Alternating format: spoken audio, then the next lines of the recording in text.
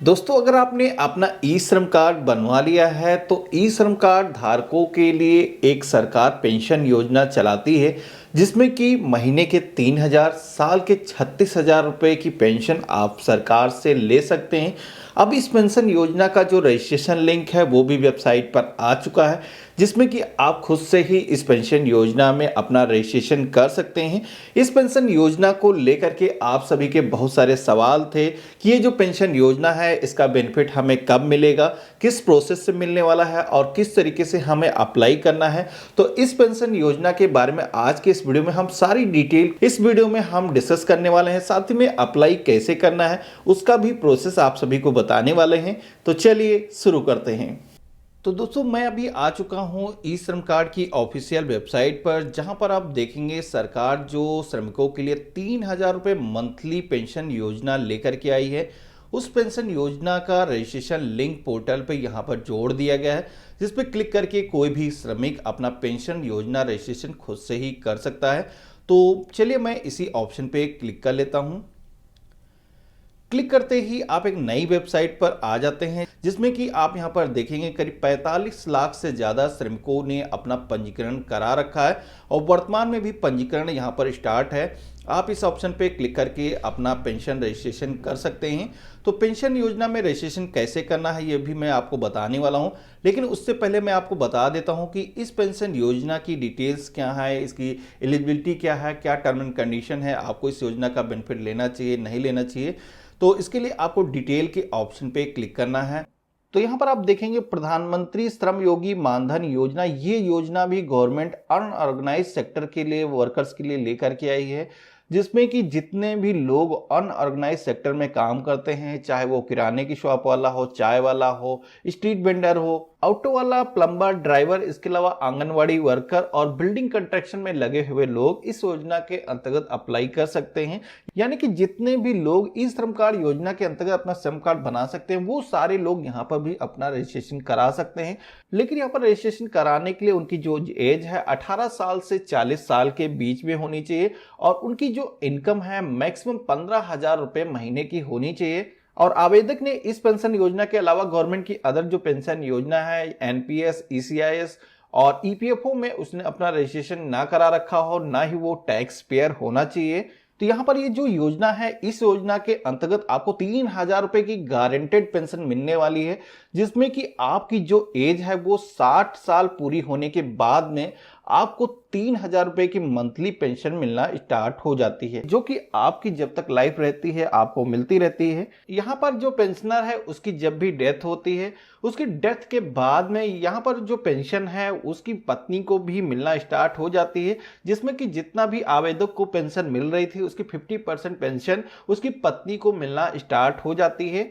और वहीं जो आवेदक है अगर 60 वर्ष एज पूरी होने से पहले ही वो विकलांग हो जाता है तो यहाँ पर जो आवेदक है उसने जितना भी कंट्रीब्यूशन कर रखा होगा चाहे तो वो उसे वापस ले सकता है, उस पर ब्याज भी उसे मिलेगा। और इसी के साथ में अगर वो पेंशन लेना चाहता है तो पेंशन को वो कंटिन्यू कर सकता है, उसका जो कंट्रीब्यूशन है उसे आगे रेगुलर जमा कर सकता है, जिसमें कि 60 वर्ष एज पूरी होने के बाद में उसे नॉर्मली पेंशन मिलना स्टार्ट हो जाती है। यहाँ पर ये जो पेंशन योजना है इसका लाभ लेने के लिए आपको खुद से ही पैसे को डिपॉजिट करना होता है, जिसमें कि आपको गवर्नमेंट की तरफ से यहाँ पर भी बेनिफिट मिल जाता है कि जितना भी पैसा आप इस पेंशन योजना में डिपॉजिट करते हैं उसका 50% गवर्नमेंट भी डिपॉजिट करती है। यानी कि अगर आप यहाँ पर 100 रुपये डिपॉजिट करते हैं तो 100 रुपये गवर्नमेंट की तरफ से भी आपके पेंशन अकाउंट में डिपॉजिट किए जाते हैं। तो ये भी एक अच्छी बात है, आपको गवर्नमेंट का भी बेनिफिट यहाँ पर मिल जाता है। कंट्रीब्यूशन के बारे में अगर आपको जानना हो तो यहाँ पर आपको मंथली कंट्रीब्यूशन की टैब दी गई है, आपको इस ऑप्शन पे क्लिक करना है तो आपके सामने एक पूरा ही चार्ट डिस्प्ले हो जाता है।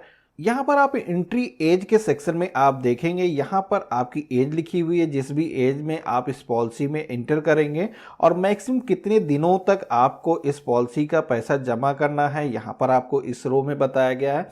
इसी के साथ में आप यहाँ पर देखेंगे कितना कंट्रीब्यूशन आपको करना है और कितना कंट्रीब्यूशन गवर्नमेंट को करना है, इन दोनों सेक्शन में आप देख सकते हैं। और आपकी पॉलिसी में कितना पैसा टोटल जमा होगा यहाँ पर इस सेक्शन में आपको बताया गया है। तो यहाँ पर हम एग्जाम्पल से मानते हैं कि इस पॉलिसी में हम 23 साल की एज में इंटर होते हैं, तो यहाँ पर हमें कितना पैसा डिपॉजिट करना होगा ये इसके बारे में बताया गया है। तो यहाँ पर आप देखेंगे 23 साल की एज में अगर आप इंटर होते हैं तो आपको यहाँ पर ये पैसा 60 सालों तक जमा करना होगा, जिसमें कि हर महीने आपको 72 रुपीज जमा करने होंगे और इतने ही पैसे गवर्नमेंट भी जमा करने वाली है। यानी कि टोटल जो आपका पैसा डिपॉजिट होने वाला है यहाँ पर आपका 144 रुपये आपके पॉलिसी में जमा होने वाला है। तो यहाँ पर आप सोच रहे होंगे कि जब गवर्नमेंट 50% पैसा यहाँ पर कंट्रीब्यूशन दे रही है तो पूरा का अमाउंट क्यों कंट्रीब्यूशन नहीं दिया गया। तो यहाँ पर मैं बता दूं कि असंगठित क्षेत्र में जो भी लोग वर्क करते हैं उन लोगों को बचत की आदत डाली जाए, वो लोग पैसे को सेव करें। इसके लिए गवर्नमेंट ने इस प्लान को लॉन्च किया है। यहाँ पर जो स्कीम है इसमें जो भी फंड जमा होता है वो फंड LIC के पास में जमा रहता है, जिसमें कि आप जितना भी पैसा जमा करते हैं उतना ही पैसा गवर्नमेंट भी अपनी तरफ से कंट्रीब्यूशन देती है। तो अब हम बात कर लेते हैं कि इस योजना के अंतर्गत अगर आपको लाभ लेना है तो कैसे आप रजिस्ट्रेशन करा सकते हैं। इसके लिए आपको इस लोगो पे क्लिक करना है और यहां पर आपको ऑप्शन मिल जाता है click here to apply now का। आपको इस ऑप्शन पे क्लिक करना है और यहां पर आपके सामने ऑप्शन आ जाता है कि आप खुद से रजिस्ट्रेशन करना चाहते हैं या फिर किसी CSC BLE के माध्यम से रजिस्ट्रेशन करना चाहते हैं। तो यहां पर हम खुद से ही अपना रजिस्ट्रेशन करना चाहते हैं, इसके लिए हमें सेल्फ रजिस्ट्रेशन के ऑप्शन पे क्लिक कर देना है और यहां पर हमें अपना मोबाइल नंबर इंटर कर देना है। देन प्रोसीड के ऑप्शन पे क्लिक करना है और जनरेट OTP के ऑप्शन पे क्लिक कर देना है। अब आपने यहाँ पर जो भी मोबाइल नंबर इंटर किया होगा उस पर एक वन टाइम पासवर्ड सेंड किया जाएगा, जिसको आपको यहाँ पर फिल करके प्रोसीड के ऑप्शन पे क्लिक करना है। क्लिक करते ही आपके सामने प्रधानमंत्री श्रम योगी मानधन योजना का एक डैशबोर्ड डिस्प्ले हो जाता है, जहां पर आपको एनरोलमेंट के सेक्शन में आना है और यहां पर प्रधानमंत्री श्रम योगी मानधन योजना इसे आपको सेलेक्ट कर लेना है और यहां पर आपको सब्सक्राइबर आधार नंबर के सेक्शन में आना है। यहां पर आपको अपना 12 डिजिट का आधार नंबर इंटर कर देना है, नेम फिल कर देना है, यहां पर मोबाइल नंबर फिल कर देना है और यहां पर आपको अपनी ईमेल ID फिल कर देना है और यहां पर मेल फीमेल जो भी जेंडर है उसका आपको सिलेक्शन कर लेना है। इसके बाद में स्टेट के सेक्शन में आना है। यहाँ पर आप जिस भी स्टेट से हैं इस लिस्ट में से आपको अपने स्टेट का नाम सेलेक्ट कर लेना है और यहाँ पर आपको अपने डिस्ट्रिक्ट को सेलेक्ट कर लेना है और यहाँ पर आपको अपना पिन कोड फिल कर देना है। इसके बाद में यहाँ पर अगर आप इंडिया से नॉर्थ रीजन से हैं तो आपको यस करना है, अदरवाइज नो के ऑप्शन पे क्लिक करना है और सब कैटेगरी के सेक्शन में आना है। यहाँ पर आप SC ST OBC जनरल जिस भी कास्ट से बिलोंग करते हैं यहाँ पर आपको अपनी कैटेगरी को सेलेक्ट कर लेना है। ऑक्यूपेशन के टाइप पे क्लिक करना है तो यहाँ पर कई सारे वर्क डिस्प्ले हो जाते हैं, जिसमें आप जिस भी तरीके का काम करते हैं यहाँ पर आपको इस लिस्ट में से अपने वर्क को सेलेक्ट कर लेना है। इसके बाद में आपके सामने कुछ क्वेश्चन आते हैं जहां पर आपसे पूछा जाता है क्या आप NPS या फिर ECS या फिर EPFO में इन्वेस्टमेंट कर रखे हैं, आप इसमें रजिस्टर्ड हैं। तो अगर हैं तो यस करना है, अदरवाइज नो के ऑप्शन पे ही क्लिक करना है और यहाँ पर आप एक टैक्स पेयर नहीं है तो यहाँ पर भी आपको नो के ऑप्शन पे क्लिक करना है। और यहाँ पर आपने अगर ई श्रम कार्ड को बना रखा है तो ई श्रम कार्ड को भी इंटर करने का ऑप्शन यहाँ पर आ रहा है। यहाँ पर आपने जो ई श्रम कार्ड बनवाया है उस पर जो नंबर दिया गया है उस नंबर को आपको यहाँ पर इंटर कर देना है। देन आपको टर्म एंड कंडीशन को एक्सेप्ट करने के लिए इस ऑप्शन पे क्लिक कर देना है और सबमिट के ऑप्शन पे क्लिक कर देना है। सबमिट के ऑप्शन पे क्लिक करते ही आपके सामने एक ऑथेंटिकेशन पेज डिस्प्ले होता है जहां पर आपको अपना ऑथेंटिकेशन करना है। यहां पर 3 ऑप्शन आपको दिए गए हैं जिसमें कि आप फिंगरप्रिंट से ऑथेंटिकेशन कर सकते हैं, OTP से कर सकते हैं या फिर आप आइरिस डिवाइस से कर सकते हैं। तो आपके पास में बायोमेट्रिक या फिर आइरिस डिवाइस अवेलेबल नहीं होगी तो यहाँ पर OTP से ही ऑथेंटिकेशन करना सबसे सही रहेगा। अब आपको यहाँ पर वेरीफाई यूजिंग बायो ऑथेंटिकेशन इस ऑप्शन पे क्लिक कर देना है और यहाँ पर टर्म एंड कंडीशन को एक्सेप्ट कर लेना है। इसके बाद में जनरेट OTP के ऑप्शन पे क्लिक कर देना है। तो अब आपके मोबाइल फोन पर एक वन टाइम पासवर्ड रिसीव होगा जिसको आपको यहाँ पर फिल कर देना है। देन आपको वेरीफाई OTP के ऑप्शन पे क्लिक कर देना है। वेरीफाई OTP के ऑप्शन पे क्लिक करते ही आपके सामने बैंकिंग डिटेल को फिल करने का पेज डिस्प्ले हो जाता है जहां पर आपको अपने बैंक का जो IFSC कोड है उसे फिल करके सर्च के ऑप्शन पे क्लिक करना है।